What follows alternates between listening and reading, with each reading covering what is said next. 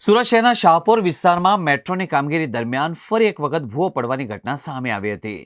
લગ્ન મંડપ પાસે અચાનક મોટો ભૂવો પડતા આસપાસના વિસ્તારોમાં ભારે ભાગદોડ મચી ગઈ હતી। ભૂવા પડવાના કારણે નજીકમાં આવેલી મિલકતોને અસર પહોંચતા તાત્કાલિક સુરક્ષાના પગલાં રૂપે સંબંધિત કાર્યવાહી કરવામાં આવી હતી।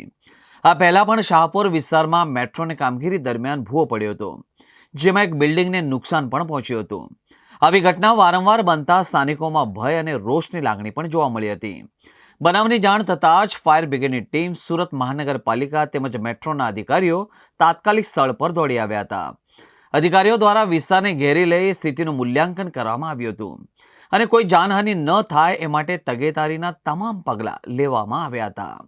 હાલમાં ભૂવો કેમ પડ્યો તેની તપાસ હાથ ધરવામાં આવી છે।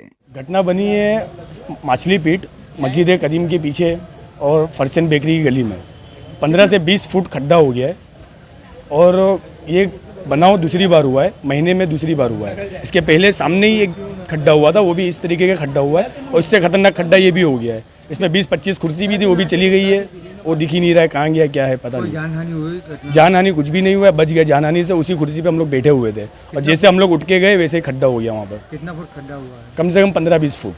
और कौन सी गाड़ी आई है? गाड़ी आई है, फायर ब्रिगेड आई है 2 और गुजरात गैस की एक गाड़ी आई है।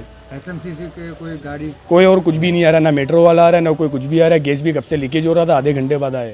આ ઘટના બની છે શાહપુરમાં છે, માછલીપીટની પાછળ મસ્જિદે કદીમની ગલીમાં પડે છે આ ગલી।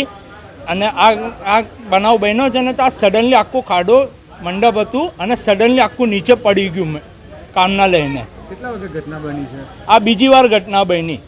કેટલા વાગે ઘટના બની છે? આ ઘટના બની હમણાં 1 કલાક પહેલાં જ, એટલે એપ્રોક્સ સમજી લો કે 7:30ની આજુબાજુ, 7-7:30ની વચ્ચે આ ઘટના બની છે ને સડનલી આખું નીચે પડ્યું, આખું ભાગ જ નીચે પડ્યું એનું। કેટલા ફૂટ ખાડો પડ્યો છે? ઓછામાં ઓછું 10 થી 15 ફૂટ ખાડો છે અને પ્લસ નીચે અંદર ટનલ બતાવે છે, અંદર છેક લગીને અંદર ટનલ બતાવે છે।